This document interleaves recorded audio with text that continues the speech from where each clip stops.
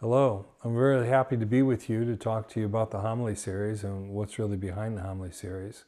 We're going to be talking about God's story, your story, and our story. God's story is really what we're going to call the upper story, the divine plan, what we also call salvation history. And we're going to try to connect our lower stories, as seen through Scripture, to see what goes on. So often we get involved in our lives, in the daily routine of our lives, and the struggles, and just doing all the stuff that we have to do, that we can lose track of why we're doing it to begin with. Our purpose in life, our meaning, our intentionality. That's those times we just go through the motions.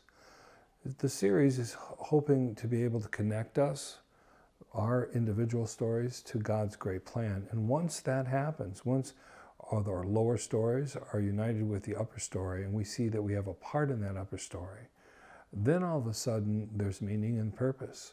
We understand we're working for God's purpose, not simply our own purpose.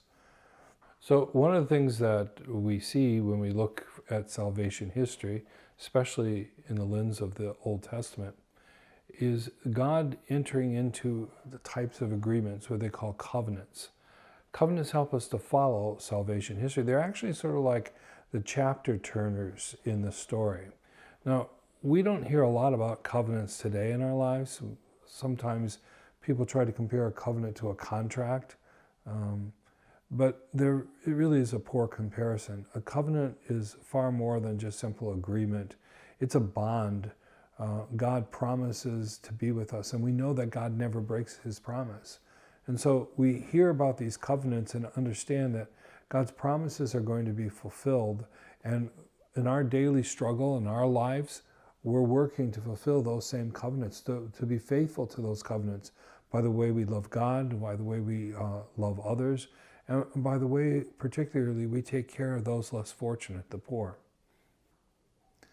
One of the things we see with covenants is that God's always renewing his relationship with his people. And in the process of renewing those relationships, covenants become the means in which to actually enlarge that. He's increasing, building a bigger family, if you will, throughout salvation history.